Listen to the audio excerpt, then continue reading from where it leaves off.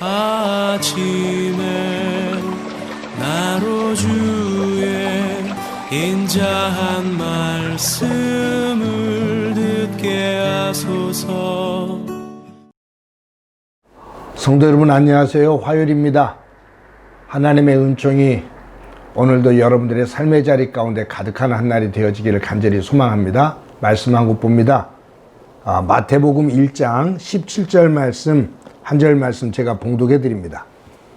그런즉 모든 대수가 아브라함부터 다윗까지 14대요 다윗부터 바벨론으로 사로잡혀 갈 때까지 14대요 바벨론으로 사로잡혀 간 후부터 그리스도까지 14대더라. 아멘. 오늘부터 마태복음을 큐티하게 됩니다. 신약성경 27권 가운데 가장 첫 번째 책입니다. 이 마태복음 1장을 열면 예수님의 족보가 나오거든요. 근데 참 이 예수님의 족보를 읽으면 굉장히 건조한 별 의미가 없이 그냥 사람의 낳고 하면서 쭉 이어져 갑니다. 그래서 1장을 대충 읽어요.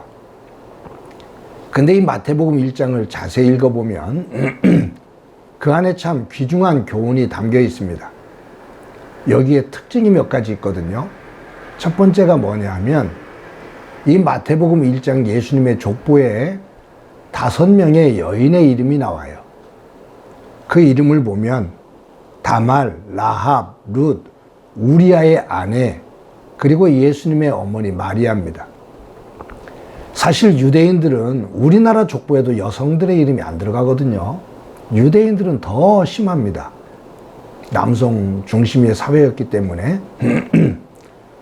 그래서 족보에 여자 이름이, 여성 이름이 들어가질 않아요. 근데 마태는 굳이 안 넣어도 되는 여성들의 이름을 넣습니다. 근데 여성의 이름을 넣어도 아브라함의 아내라든가 사라라든가 이삭의 아내 리브가라든가 정말 현모양처의 이름을 넣으면 그래도 좋을 텐데, 지금 예수님의 족보를 쓰면서 예수님께서 하나님의 아들이라고 유대인들에게 예수님을 증거하기 위해서 쓴 거거든요.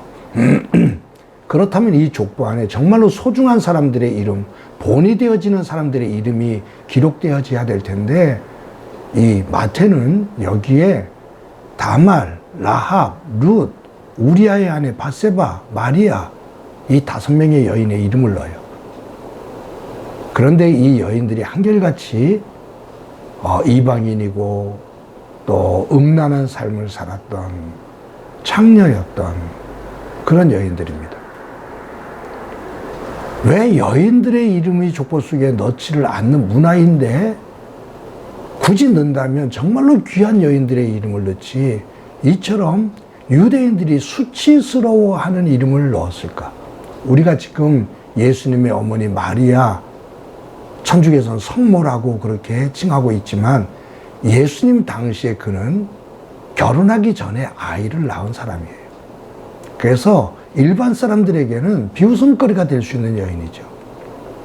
근데 구태여 마태가 이 여인들의 이름을 넣은 이유가 무엇일까? 마태는 굉장히 섬세한 사람입니다. 세리였거든요. 의도가 있는 거예요. 뭘까? 여러 가지로 한번 해석해 볼 수 있어요. 근데 그 중에 하나는 예수님께서 이 땅에 오셔서 구원하는 구원의 폭, 그것은 믿음의 조상 아브라함부터 위대한 다윗 왕까지, 그러나 그들만이 아닌 이 땅에서 가장 천한 사람들에게 멸시를 받았던 다말과 라합과 룻, 우리아의 아내 바세바, 자기의 남편을 버리고 간음을 했던 여자, 그들까지, 그들조차도 예수 그리스도의 구원의 그 폭 안에, 구원의 손 안에, 품 안에 들어있다. 온 인류입니다. 마태는 족보를 통해 이 땅에 있는 모든 의롭다고 말하는 사람이든 죄인이라고 말하는 사람이든 모두가 예수 그리스도의 구원 안에 거한다 라는 것을 선포하고 있다라고 봅니다. 여러분이 족보에 또 한 가지 특이한 특징이 하나 있어요. 제가 그래서 17절을 읽어드렸거든요. 여기 보면 아브라함부터 다윗까지 14대고, 그리고 다윗부터 바벨론 포로 이전까지 14대고, 바벨론 포로 이후부터 그리스도까지 14대라고 나옵니다. 근데 여러분들 한번 동그라미를 치면서 쭉 세보세요. 아브라함부터 다윗까지 14대 맞습니다. 14명의 이름이 나옵니다. 다윗부터 바벨론 포로 이전까지 14명의 이름이 나옵니다. 근데 바벨론 포로 이후부터 그리스도까지 동그라미를 치면서 사람의 숫자를 헤아려 보셔요. 13명밖에 안 나옵니다. 근데 14대라고 말하고 있어요. 14대, 14명이라 그 말이에요. 그러면 한 사람이 실수로 마태가 뺐다, 빠졌다, 잘못 센 거다 라고 생각할 수 있어요. 근데 저는 그렇게 안 봐요. 말씀드렸던 것처럼 마태는 세리로서 또 이름을 넣지 않아도 되는 이 다말, 룻, 이런 라합, 이런 이름을 넣을 만큼의 치밀한 의도를 가지고 이 족보를 기록하고 있는데 14대, 14대, 14대라고 말하면서 마지막에 14대가 아닌 13대, 13사람의 이름을 기록한 것은 실수였을까? 아니다. 실수가 아닌 분명한 의도가 있다. 그 의도가 뭘까? 한번 생각해 봅니다. 그것은 바벨론 포로부터 그리스도까지 14대, 거기에 한 사람의 이름이 빠진 이유, 그것은 지금 제가 해석하는 것은 이 마태복음을 기록하고 있는 이 마태가 그 자리에, 그 마지막 세대 자리에 자기가 지금 그리스도를 증거하고 있는, 이 마태복음을 쓰고 있는, 예수 그리스도를 낳고 있는 그 자리에 자기가 있기를 원하는 거예요.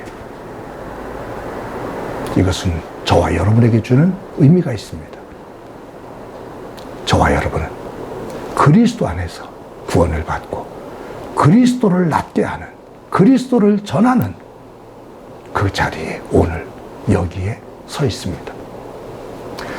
사랑하는 성도 여러분, 그래서 예수 믿는 사람들은 소명감과 사명감이 있어야 됩니다. 하나님으로부터 내가 부름을 받았다.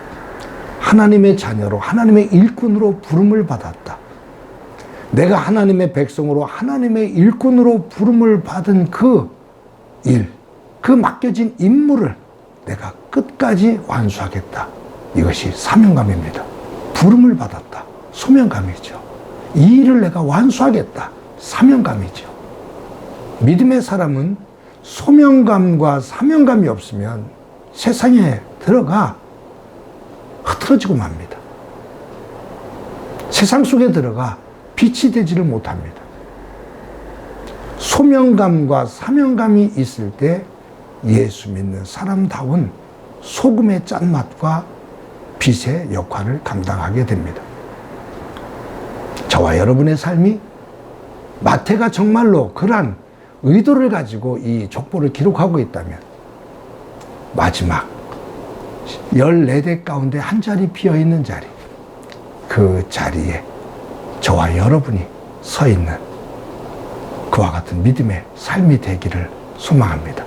그러한 가정, 그러한 교회가 되기를 소망합니다.